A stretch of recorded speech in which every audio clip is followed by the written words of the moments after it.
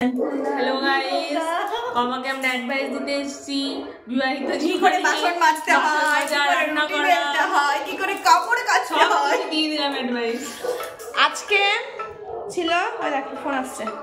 আজকে ছিল বিধি, গায়ে হলুদ, সমস্ত কিছু সব শেষ হয়ে যাওয়ার পর ওরা এসে ঢুকেছে। আর তার মধ্যে ওরা এসে যেটা করে দিল, আমাকে শ্বশুরবাড়ি যাওয়ার জন্য ব্যাগ ট্যাগ গুছিয়ে দিল, অনেক কাজ করে দিল। এই যে আমাদের ব্যাগ গুছিয়ে দিল, অনেক কিছু সাজেশন দিয়ে দিয়েছে, এভাবে পরবি, এরকম শাড়ি পরতে হবে, শাড়ি পরে তো থাকতে হবে, মানে বিশাল বিশাল অনেক কিছু বলে দিয়েছে আমাকে। তো চলো দেখা হচ্ছে পরবর্তী ভ্লগে, আর আস্তে আস্তে সবগুলো দেখতে পাবে। এবার বিয়ের ভ্লগ আসবে। তো চলো ভিডিওটা এখানে শেষ করছি, টাটা। ও এসে আমাকে অনেকটা রেডি করলো, আর এই যে আরেক ভদ্র মহিলা, হ্যাঁ হ্যাঁ, আর আমাকে উল্টা আমাকে বলছে রেডি করে দে। এই যে আমাকে এসে মৌমিতা তাও রেডি করে দিল, আর ঋতু এখন বলছে, হ্যাঁ আমাকে বলছে রেডি করে দে। এখন আমাকে সাজিয়ে দিয়ে এখন ঋতুকে সাজাচ্ছে। চলো আমরা এখন শুট করতে যাব। এই যে মুকুট নিয়ে নিয়েছি, গাছ কৌটো নিয়ে নিয়েছি, লোকেশনে দেখা হবে। চলো যাই তাহলে। আর আমার ফুল লুকটা একটু দেখিয়ে দিই, ঋতু ঘরটা কেমন লাগছে। এই যে মুকুট আছে, গাছ কৌটো আছে, সব নিয়ে এখন যাচ্ছি শুট করতে। কেমন লাগছে অবশ্যই জানিও, আর চলো দেখা হবে তোমাদের সাথে।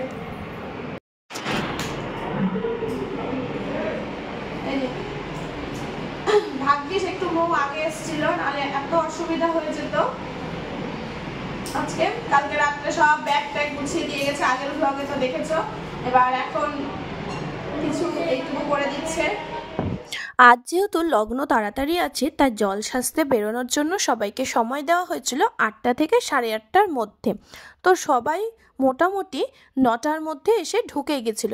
বাঙালির টাইম আধ ঘন্টা তো লেট হবে, কিন্তু সবাই মোটামুটি টাইমটা মেনটেন করেছিল। এখানে অর্ধেক মানুষ বেরিয়ে গেছে। চলো আমার বুনু সবাই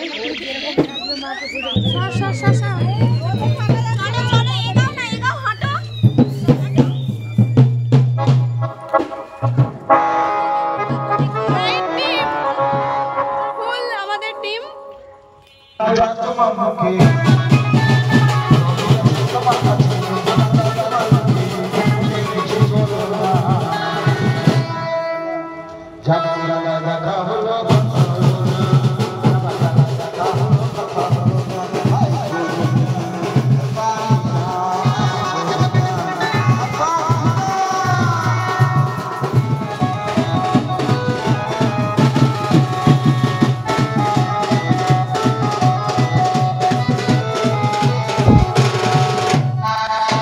সবাই মিলে নাচতে নাচতে চলে এলাম একদম বাংলাদেশের ধারে। মানে আমাদের এখানে নদীর মোহনা আছে, দুটো নদী একসাথে মিলেছে, মহানন্দা আর টাঙ্গন। সবার জল সাজতে এখানেই আসে, তাই আমার জন্য সবাই এখানে আসলো। আর রোদটা খুব বেশি করেছিল, মোটামুটি এখন ওই 10:30 মতো বাজে, তাই মনে হচ্ছিল মাথার ওপর খুব রোদ। যারা বিধি করছে তারা সবাই জলের মধ্যে নামছে। কি সব বিধি আছে, কলসিতে জল নেবে, জল কাটতে হবে, তারপর পুজো দেবে, ভোগ বিতরণ হবে। তো এইগুলো তোমরাও দেখছো, আমিও দেখবো।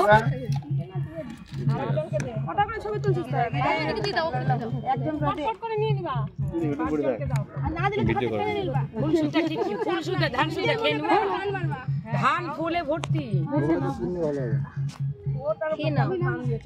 পরে গরুর জাবর ধান দুব্বা সবই আছে।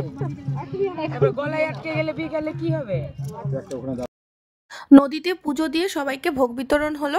এইবারে জল কাটতে হবে না কি করতে হবে সেটা করাবে। সবসময় ফটোগ্রাফার দাদা তো যাই হোক, বারবার পোজ দিয়ে দিচ্ছি, তারপরে শুরু করছি কাজকর্ম। তো এই জিনিসটা আমাকে শিখিয়ে দিচ্ছিল যে কিভাবে জল কাটতে হবে।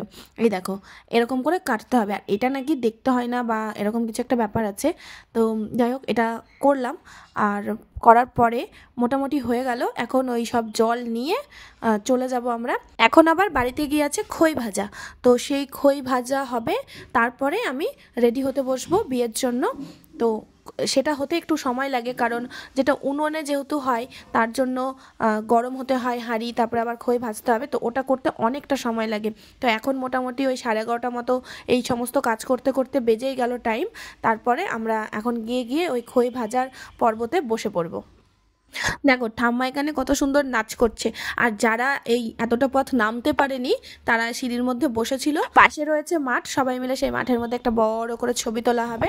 আর তারপরে বাড়িতে গিয়ে একদম খই ভাজার জন্য হাঁড়ি টাড়ি সব রেডি করা আছে, খই ভাজতে বসে পড়বে। এবার কিভাবে কি খই ভাজা হয় চলো তোমাদেরকে সেটা দেখাবো।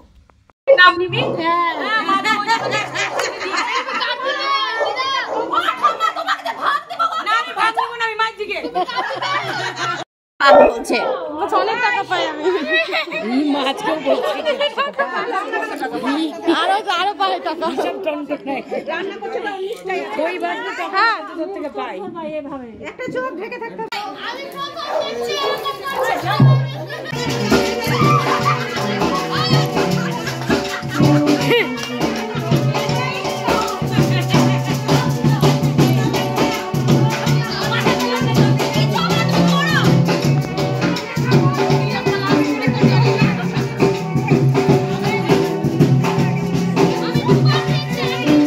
দেখতেই পেলে যে আমার বোন জল ঢেলে নিভিয়ে দিল। তো এগুলো একটা বিধি, খই ভাজতে দেবে না, টাকা নেবে তারপরে খই ভাজতে দেবে। তো এই জন্য বোন টাকা দাবি করছিল, আর কত টাকাতে রফা হবে, যদি টাকা ঠিকঠাক দেয় তাহলে খই ভাজা হবে, না হলে হবে না। আর ওইদিকে দেখো আমাকে পান পাতা দিয়ে বসিয়ে রেখে দিয়েছে।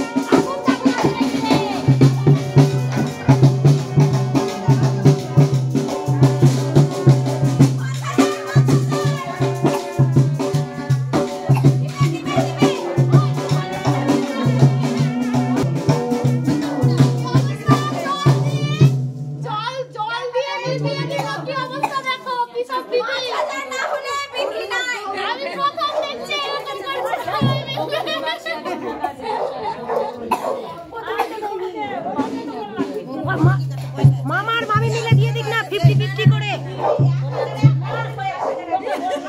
আড়াই করে দিয়ে দিলে তো।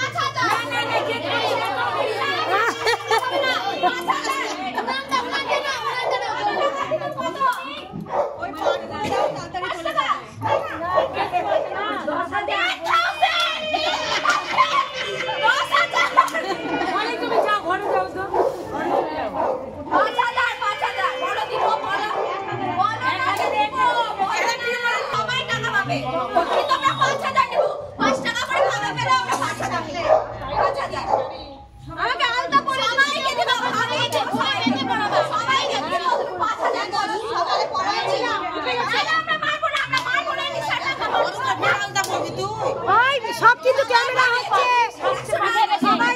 সবাই ভাগে ভাগে বলছিস ক্যামেরা হচ্ছে কিন্তু।